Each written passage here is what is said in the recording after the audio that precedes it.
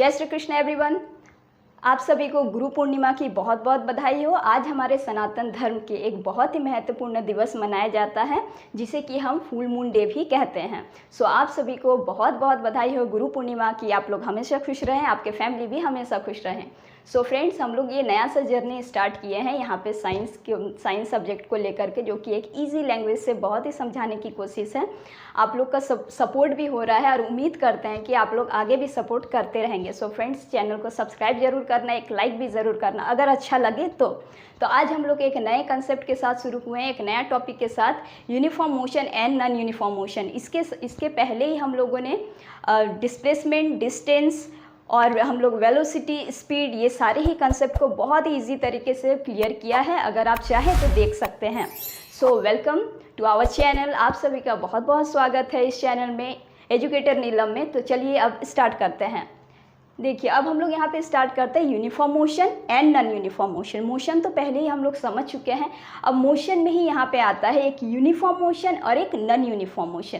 पहले समझते हैं कि इस वर्ड यूनिफॉर्म का मतलब क्या होता है। स्कूल तो हम लोग सभी, आप लोग गए हुए हैं, जाते ही हैं। स्कूल में क्या सब कोई एक ही यूनिफॉर्म हम लोग पहन के जाते थे। यूनिफॉर्म मीन्स एक जैसा, बस इसी को दिमाग में फिट कर लीजिए। कभी ज़िंदगी में, लाइफ में आपको समझने में दिक्कत नहीं होगा। यूनिफॉर्म मीन्स एक जैसा।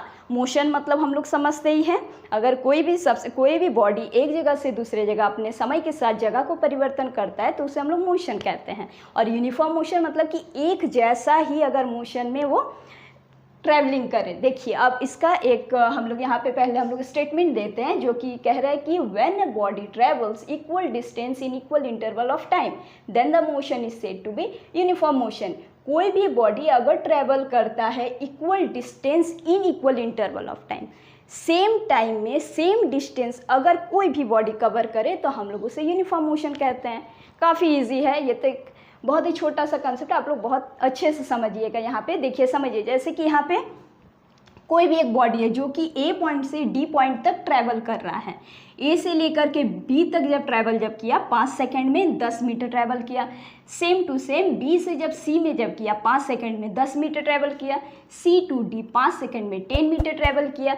तो यहाँ पे हम लोग का डिस्टेंस हम लोग D1 से डिनोट किए, D2 से एंड D3 से। ठीक है, तो यहाँ पे हम लोग क्या देख रहे हैं कि वो बॉडी समय के साथ एकदम इक्वल ट्रैवल भी कर रहा है। यही चीज़ तो यहाँ पे बोला है कि a body travel equal distance in equal interval of time, that motion is known as uniform motion. अच्छा, यूनिफॉर्म मोशन होना मतलब किस लिए होता है?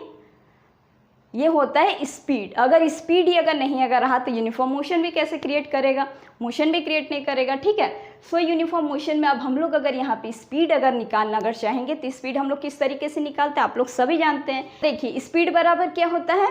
S इज इक्वल्स टू, अब S1 हम लोग पहले लेते हैं। आप लोग तो जानते हैं speed is equals to distance upon time, distance by time. Speed और वेलोसिटी भी बताया गया, आप लोग देख सकते हैं।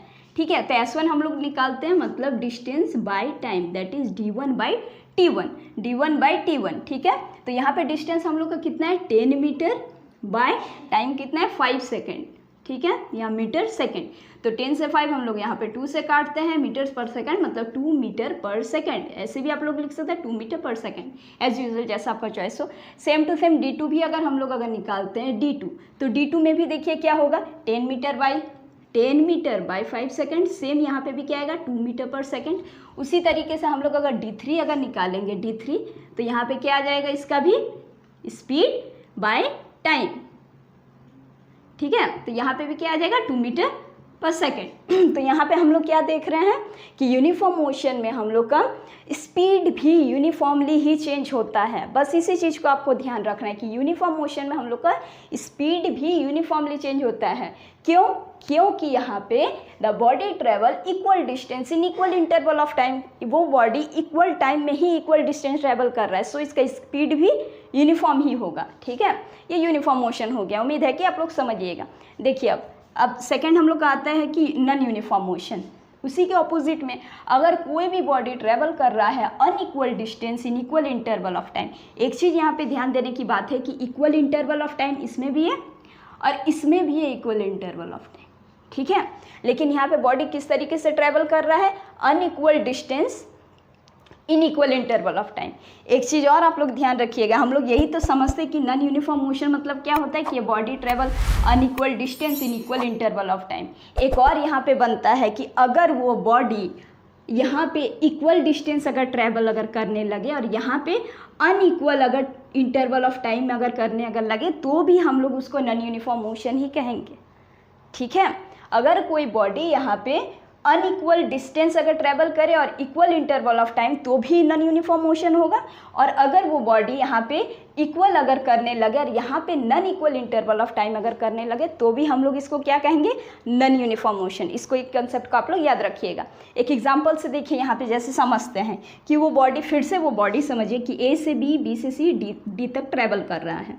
तो ए टू बी, यहाँ पे ए टू बी अगर यहाँ पे स्पीड अगर निकालें, स्पीड अगर हम लोग निकालें तो d1 बाय t1, तो क्या हो जाएगा हम लोग का डिस्टेंस 10 मीटर बाय 5 सेकेंड।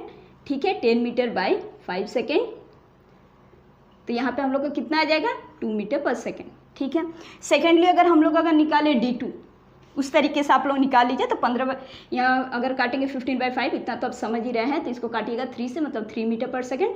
उसी तरीके अगर d3 अगर निकालेंगे तो इसका कितना हो जाएगा, 20 बाई 5, 5 4 जाए 20, सो 4 मीटर पर सेकेंड। तो यहाँ हम लोग क्या देख रहे हैं, यहाँ हम लोग देख रहे हैं कि स्पीड भी यहाँ पे चेंज होते जा रहा है। पहला कितना स्पीड है हम लोग का, पहला है 2 मीटर पर सेकेंड, दूसरा है 3 मीटर पर सेकेंड, और यहाँ पे तीसरा आया 4 मीटर पर सेकेंड। तो यहाँ हम लोग को क्या दिख रहा है कि नॉन यूनिफॉर्म मोशन में स्पीड भी नॉन यूनिफॉर्म ही होता है, स्पीड भी चेंज होता है। ठीक है, क्योंकि ये नॉन यूनिफॉर्म मोशन है, यहाँ पे डिस्टेंस और टाइम दोनों सेम हो ही नहीं सकता। अगर डिस्टेंस अनइक्वल है तो टाइम सेम रहेगा, अगर टाइम अनइक्वल है तो डिस्टेंस सेम रहेगा, दोनों कभी भी सेम नहीं रहेगा। सो इसको हम लोग नॉन यूनिफॉर्म मोशन कहते हैं। यूनिफॉर्म मोशन किसे कहते हैं, यूनिफॉर्म मोशन ऐसा बॉडी अगर कोई बॉडी अगर ट्रैवल अगर करे सेम इंटरवल ऑफ टाइम, अगर इक्वल डिस्टेंस भी रहे और उसका टाइम भी अगर इक्वल अगर रहे, तो उसको हम लोग यूनिफॉर्म मोशन कहते हैं।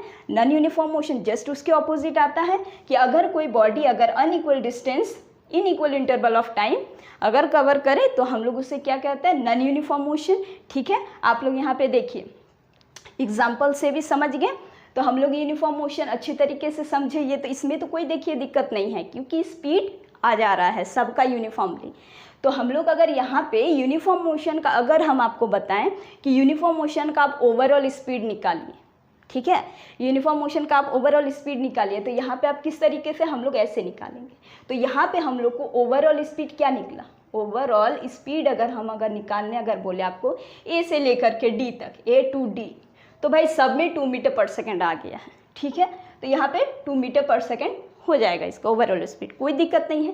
लेकिन हम अगर कहें कि नॉन यूनिफॉर्म मोशन का आप ओवरऑल स्पीड निकाल के दिखाइए, तो नॉन यूनिफॉर्म मोशन का तो सबका अलग अलग है। किसी में इस पहला जब गया तो 2 मीटर, दूसरा में 3 मीटर, तीसरा चौथा में 4 मीटर पर सेकेंड, तो सब में अलग अलग है, तो कोई एक को तो हम नहीं कह सकते यहाँ पे। तो इस जगह पे प्रॉब्लम क्रिएट होता है। तो यहाँ पे नॉन यूनिफॉर्म मोशन में अगर स्पीड अगर निकालना हो तो उसको हम लोग अलग तरीके से निकालते हैं, जो कि स्पीड एंड वेलोसिटी का ही आगे का कंसेप्ट है। उसका पार्ट्स में एवरेज स्पीड, एवरेज वेलोसिटी।